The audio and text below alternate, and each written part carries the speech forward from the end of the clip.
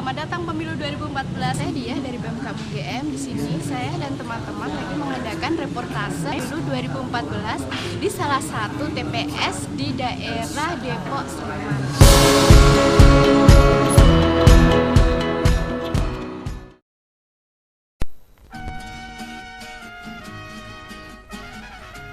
Nah, untuk pertama kalinya nih, saya akan menanyakan pendapat para pemilih mengenai pemilu legislatif tahun ini.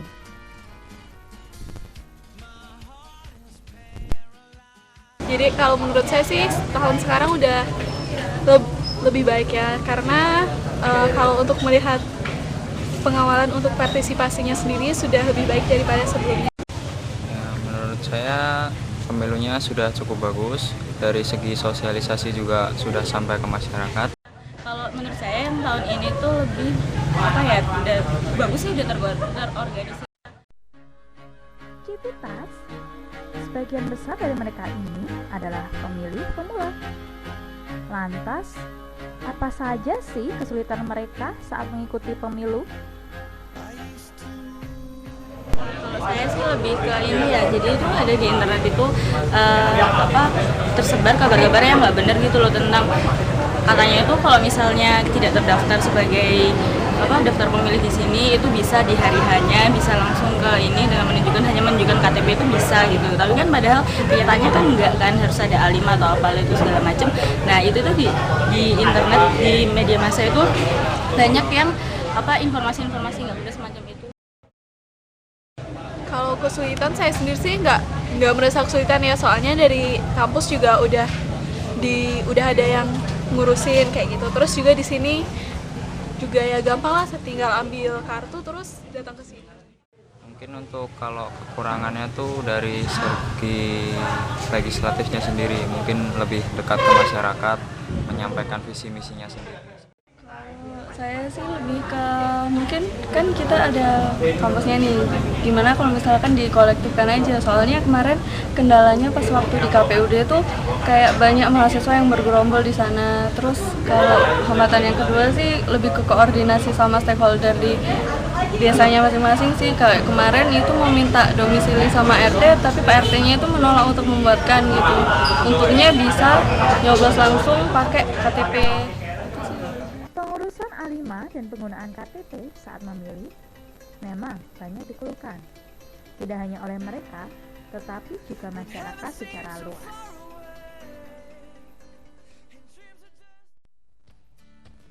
Menurut mereka, apa saja hal yang tidak menyenangkan saat kampanye partai politik di Jogja? Mungkin dari waktu kampanye terbuka kemarin tuh yang bagian mungkin ada konvoi itu sedikit mengganggu ya, Mas.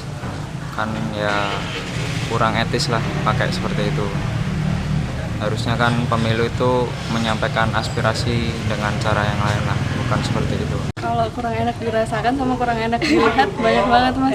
Soalnya banyak banget dari partai-partai yang udah ini kampanyenya tuh menurut saya itu salah. Jadi gimana ya, kan ada kan peraturan yang mengatur kalau kampanyenya itu nggak boleh pakai kendaraan bermotor yang knalpotnya nggak standar, terus membuat onar, memblokir jalan. Tapi itu kenyataannya saya sering banget ketemu kesalahan-kesalahan dari simpatisan partai itu sendiri. Malah pernah saya menegur sama polisi, Pak kok itu nggak ditindak sih? Tapi kata polisinya, apa sih Mbak, buatnya kita hanya 2 masa melawan mereka yang segitu banyak. Tapi kayaknya perlu diiniin lagi deh, maksudnya peraturannya lebih ditegaskan lagi, sama kolaborasi sama polisinya itu lebih dikuatkan gitu biar bisa baik kampanye. Ya, misalnya pakai motor-motoran juga, Dan lebih baik itu kalau misalnya emang kampanye itu menyampaikan visi misinya mereka gitu loh. Jadi jangan kalau kayak gitu kan jadi buat onar gitu loh, Mas. Jadi menurut saya itu nggak ada gunanya gitu kayak gitu, malah buang-buang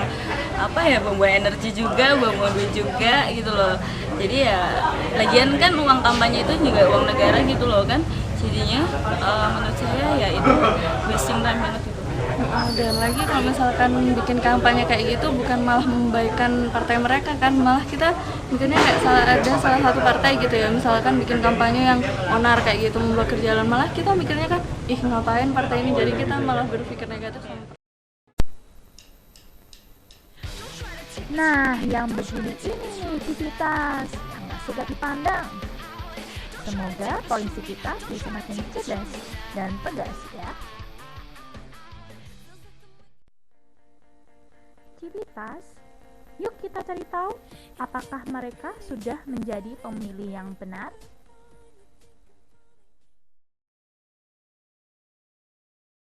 Kalau benar-benar banget enggak ya, soalnya belum, maksudnya dari personal satu-satu yang calon itu saya belum tahu kayak gitu. Cuma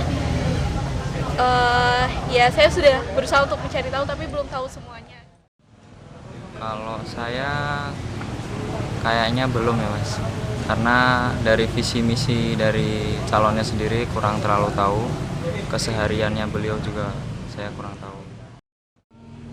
Sejauh ini sih kalau cerdas-cerdas banget sih kami nggak tahu ya kriterianya tapi seperti apa, tapi saya merasa gimana ya, baik karena saya udah peduli mau nyoblos, karena ada juga beberapa dari teman-teman kami itu yang nggak mikirin. Sudah banyak loh civitas situs-situs resmi dan non-resmi yang menampilkan vertikal calon legislatif. Besok saat tes, jangan sampai terulang lagi ya civitas kelalaian-kelalaian tersebut.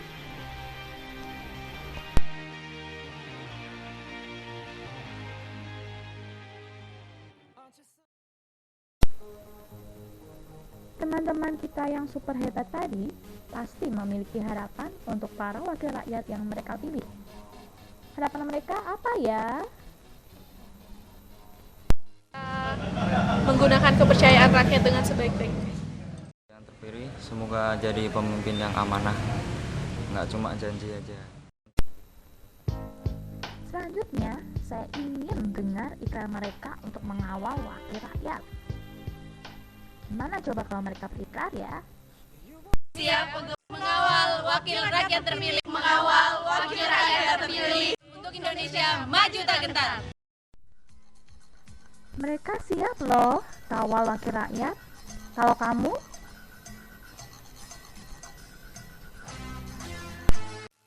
Untukmu yang duduk sambil diskusi, untukmu yang biasa bersafari di sana, di gedung DPR.